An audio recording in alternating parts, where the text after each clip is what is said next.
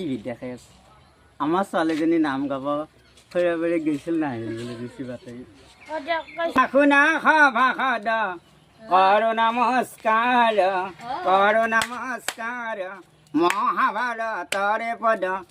কৰিব প্ৰচাৰ দিছে গাব লাগে শুনা ভাষাদ কৰো নমস্কাৰ মহাভাৰতৰে পদ কৰিব প্ৰচাৰ এই গান্ধাৰ দেশৰ ৰজা নাম সুবলৰ পতি ইনাখান বেছিবদ্যন্তে যন্ত্ৰ বেয়া হৈ গৈছে এই ক্ৰমে গান্ধাৰীৰ অযৌৱন কালা